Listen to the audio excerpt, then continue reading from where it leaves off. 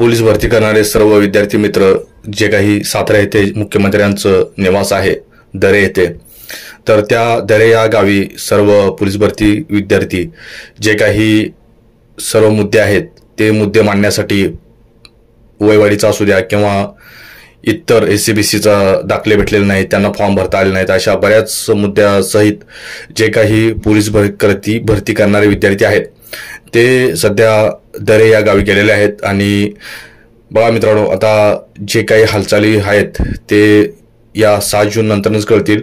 आणि महत्त्वाचं म्हणजे बघा, आता 6 जून तारीख जवळ आलेली आहे आणि त्या आतापर्यंत हॉल तिकीट येणं अपेक्षित होतं, परंतु कुठलेही आतापर्यंत अपडेट आलेलं नाही मित्रांनो.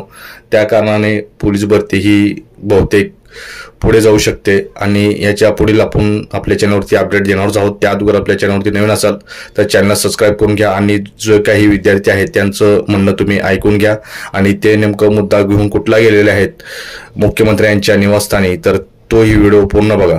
जय हिंद.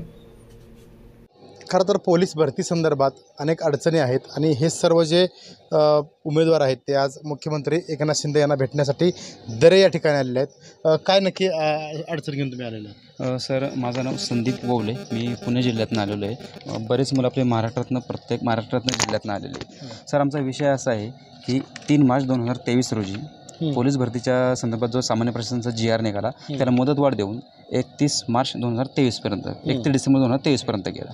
याचं कारण सर असं होतं की कुठल्याही मुलांवरती अन्याय नाही झाला पाहिजे, यासाठी ही मुदतवाढ दिली होती. या अनुषंगाने 31 डिसेंबर 2023च्या आतमध्ये पोलीस भरती निघणं अपेक्षित होतं, बरोबर आहे. हा मुद्दा विधिमंडळात देखील उपस्थित झाला होता. त्यावरती फडणवीस साहेबांनी देखील उत्तर दिलं होतं की आपण याच्यावरती काय करतो, कुठल्याही मुलावरती अन्याय होणार नाही याची आपण दक्षता घेऊया. पण मराठा आरक्षण असू द्या किंवा इतर काही कारणांमुळे 31 डिसेंबरच्या आतमध्ये ही भरती निघाली नाही. ही भरती 3 महिने लेट झाली. त्यावरती सरोज अहिरे मॅडमने हा मुद्दा उपस्थित केला होता. एकतर तुम्ही 31 डिसेंबरच्या आतमध्ये मुलांचे फॉर्म भरून घ्या किंवा 3 महिने मुलांना मुदतवाढ द्या. असं कुठलंही काही प्रकारे झालेलं नाही आहे. आम्ही CM साहेबांना 98 वेळा भेटलेलो आहे. प्रत्येक जिल्ह्यातील आमदार, खासदार, इव्हन मंत्री सगळ्यांच्या आम्ही भेटी घेतलेल्या आहेत. सगळे सांगतात की करतो, पाहू, आचारसंहिता आहे. सर, आता ग्राउंडचे परिपत्रकसुद्धा निघत आलेले आहे. नक्की मुलांनी करायचं काय? आता मुलांमध्ये आता भीतीचं वातावरण आहे. कारण की गेले सर 5 वर्षापासून म्हणजे 2019पासून कारागृह असू द्या, बॅट्समन असू द्या, कुठल्याही प्रकारची भरती निघाली नाही. मुलं 5 वर्ष अक्षरशः म्हणजे जेव्हा सर रन करून मेहनत करतात, फिजिकल असू द्या, रिटर्न असू द्या, सगळ्या प्रकारची तयारी करतात. आत्ता मुलं आमची तयार आहेत पण मुलांना संधीच नाही. तर माझी शासनाला, सरकारला एकच विनंती आहे, फडणवीस साहेब असू द्या, एकनाथजी शिंदे साहेब असू द्या, यांना सर्व मुलांतर्फे एकच विनंती करतो की त्यांना GRची मुदत वाढवून एक फक्त संधी देण्यात यावी. त्या संधीचं सोनं करण्याची जबाबदारी आमची. आम्ही कुठलीही नोकरी मागत नाही आहे, कुठलंही आम्ही त्यांना बाकीचं काय मागत नाही आहे. आम्हाला एक संधी द्या, त्या संधीचं सोनं कसं करायचं ही आमची जबाबदारी आहे. किती मुलांची अडचण असते? तरी पुऱ्या महाराष्ट्रातील 1-1.5 लाख विद्यार्थी आहेत. 1.5 लाख विद्यार्थी आहेत. कोरोनापासून भरती निघाली नाही. त्याच्यापूर्वी जेल पोलीस आणि कारागृह पोलीस 5 वर्ष काय पोलीस भरती निघाली नाही. आता ही पुऱ्या महाराष्ट्रातून मुलं आली ती ही आमची भगिनी पालघरवरून आल्या. तिनं सर्वांना आम्हाला न्याय मिळाला. आम्हाला अजून न्याय भेटला नाही, तरी पण आम्ही ग्राउंडवरती प्रॅक्टिस वगैरे करतो या. तरी पण कोणीही आम्हाला 288 आमदारपैकी कोणीही आमच्याकडे बघून झाले. इतके दिवस झाले आम्ही त्यांच्यासाठी प्रयत्न करतो या. आता आम्ही गावागावातनं विद्यार्थी गोळा करून आलो या. आमच्याकडे याला अक्षरशः पैसे नाहीत. मी स्वतः कामाला जातो आहे, रानात कामाला जातो या.